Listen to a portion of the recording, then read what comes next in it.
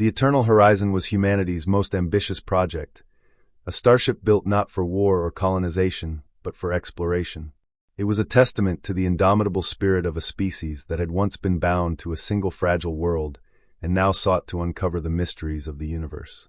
Commanded by Captain Amelia Cross, a seasoned explorer with a reputation for fearlessness and diplomacy, the Eternal Horizon set out on a journey that would take it far beyond the known territories of the galactic map into the uncharted void. The ship itself was a marvel of engineering. It housed laboratories, greenhouses, and living quarters designed to sustain its crew for decades. The walls of its observation deck were lined with screens that displayed the vastness of space, a constant reminder of the unknown stretching endlessly before them. The crew was a diverse group of scientists, linguists, engineers, and adventurers, each selected for their expertise and willingness to face the unknown. Their mission was simple in its essence but monumental in its scope: to seek out new worlds, make contact with alien civilizations, and forge alliances through understanding and cooperation. The journey was not without risk. No one knew what dangers lurked in the dark reaches of space, but humanity had long since learned that growth required stepping into the unknown. The first leg of their journey took them through a region of space known as the Void Veil, a sector shrouded in dense cosmic clouds that obscured sensors and navigation systems.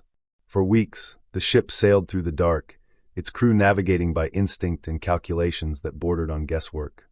Spirits remained high, driven by the shared belief that beyond the veil lay wonders unseen by any sentient eyes. Their first contact came on the edge of the veil, where a star system blinked into view, a cluster of planets orbiting a dim, red star. One of the planets, Tkaros, shimmered with artificial light, a clear sign of intelligent life. The crew prepared for what they hoped would be a peaceful encounter. Captain Cross, accompanied by her diplomatic team, descended to the surface in a shuttle.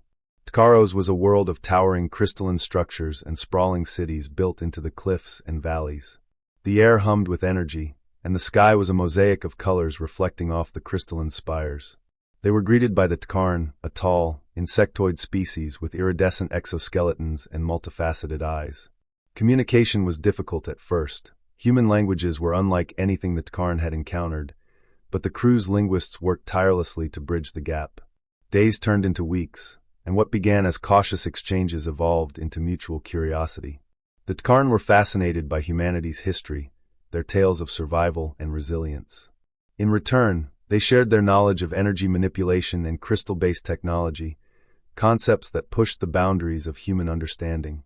From Tkaros, the Eternal Horizon journeyed further, visiting worlds each more unique than the last. On Laurasis, a water world with cities floating on vast oceans, they encountered the Lorati, a telepathic species who communicated through waves of emotion. The humans, initially overwhelmed by the intensity of the Lorathi's thoughts, learned to adapt, finding common ground in shared feelings of curiosity and wonder. On the desert planet of Ashra, they met the Ashrani, a nomadic race whose survival depended on their ability to sense shifts in the planet's unstable environment.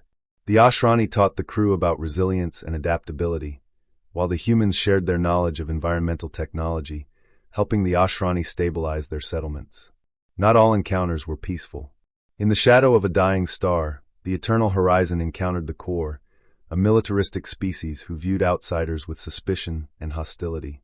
Negotiations were tense, and for the first time, Captain Cross feared for her crew's safety. But rather than resort to conflict, she proposed a challenge, a test of strategy and skill in a neutral arena. The Core, proud and competitive, accepted. For days, human engineers and Core tacticians faced off in simulated battles, each learning from the other. In the end, mutual respect was forged, and the Core granted the humans safe passage through their territory. As the years passed, the Eternal Horizon became a legend among the stars. Tales of the human ship that traveled through the unknown, seeking knowledge and friendship, spread across civilizations. Some viewed them with awe, others with skepticism, but all recognized the spirit that drove them: a relentless curiosity, a desire to connect, and a refusal to be bound by fear of the unknown. Captain Cross, now older but still driven by the same fire, stood on the observation deck, gazing out at a galaxy that had once seemed vast and unknowable. Beside her stood Lia, a Tkarn diplomat who had joined the expedition, and Rael, a Lorati empath who had become a bridge between their species. "We've come far," Lia said, her multifaceted eyes reflecting the stars. "And we have further to go," Cross replied with a smile. "The journey never ends. There will always be more to learn, more to discover." And so the Eternal Horizon continued its voyage, a beacon of humanity's spirit, a ship that sailed through the endless night, driven by the eternal quest for knowledge and connection.